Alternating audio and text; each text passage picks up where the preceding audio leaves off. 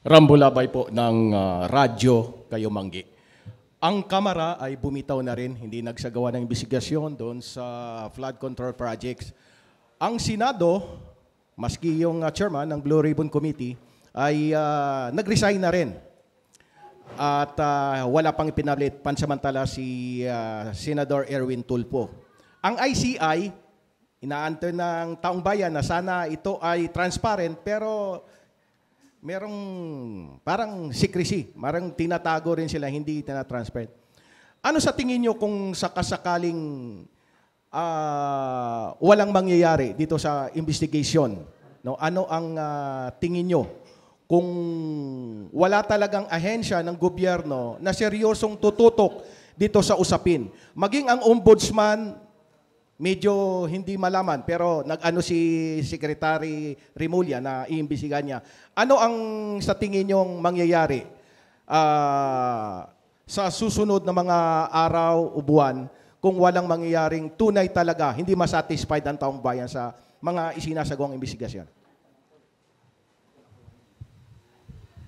Siguro, wag nating kalimutan ang power of prayer. Doon sa power of prayer, lumalapit tayo sa Diyos na siya ang may hawak, maging puso ng hari. Even the king's heart is in the hand of the Lord and He can direct it like a water course. So, ang ating panawagan una ay manalangin. In fact, sinabi ni Apostol Pablo ito eh. First of all, 1 Timothy chapter 2, verse 1 and following. First of all, so una sa lahat, requests, prayers, intercessions, be made for kings and all those who are in authority, that we may live peaceful, quiet lives in all godliness and holiness. Kaya, kinakailangan impanalangin natin na tulad na sinabi ni Congressman Erin, kay bagong tatag na, bagong appoint na ombudsman, kung legacy period na ito, legacy years, ano ang magiging contribution natin na kung tayo ay tatawagin ng pauwi sa pataas, pauwi sa harapan ng Diyos, ano ang masasabi mong ginawa mo sa pagkakataon at pagkakatawalang ipinagkaloob sa iyo? Kaya mahalaga yung ating pananalangin.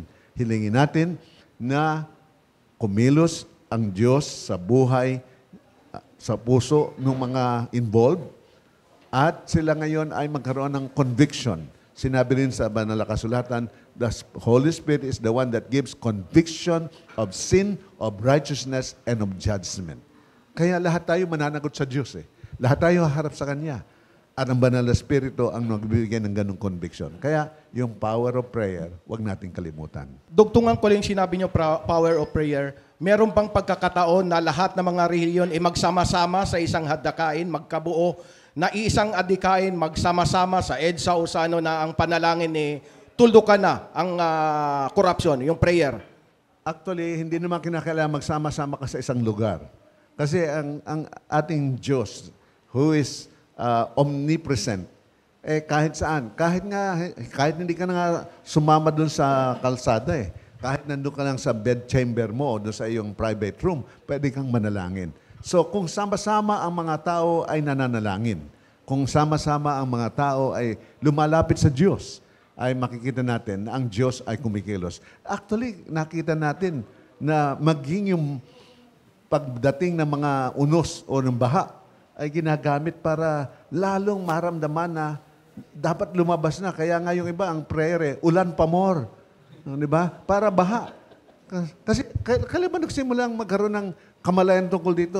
Nung nakaraang taon, nagbigay ng SONA ang ating presidente at sinabi niya, we have 5,500 flood control projects that are completed.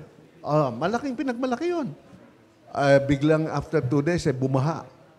Sabi na ng tao mo, nasa na yung completed 5,500 flood control projects? Kaya naman, itong nakaraang SONA niya, July, ay sinabi niyang inaamin natin na mayroong mga hindi tama.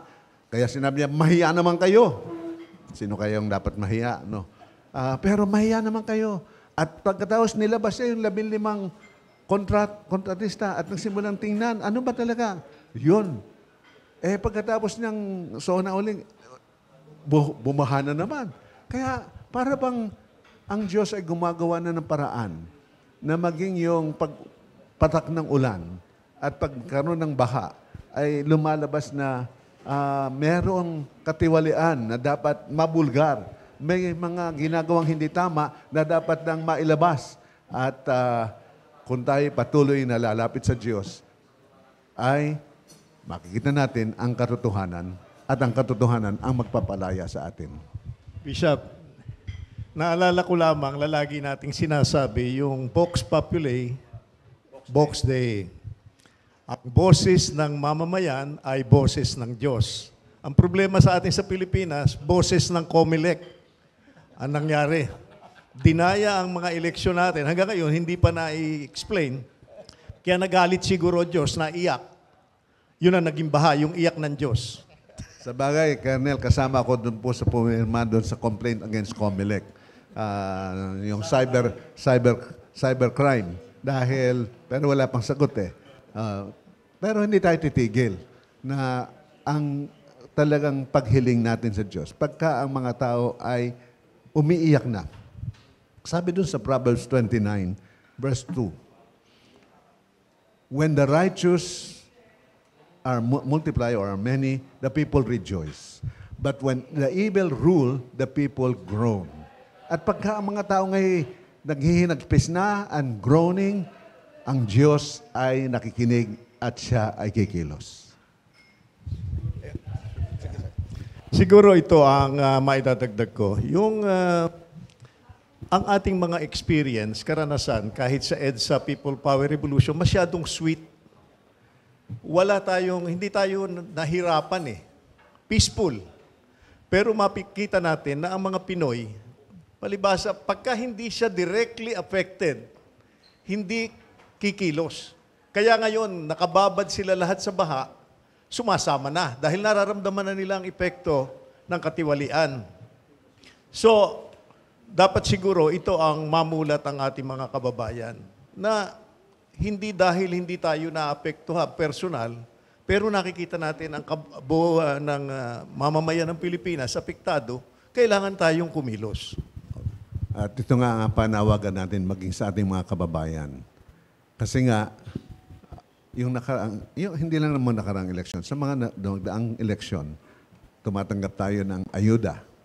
Tumatanggap tayo ng, yung iba talagang vote buying directly. Pero yung ayuda na lalo itong nakaraang election it borders into vote buying already.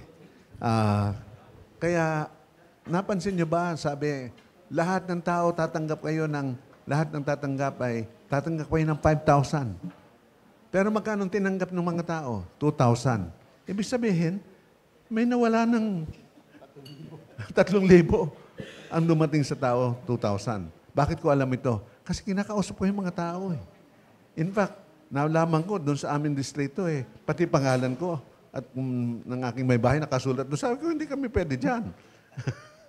Kaya, ibig sabihin, mga kababayan, nararamdaman niyo po na tayo ay pinagnanakawan.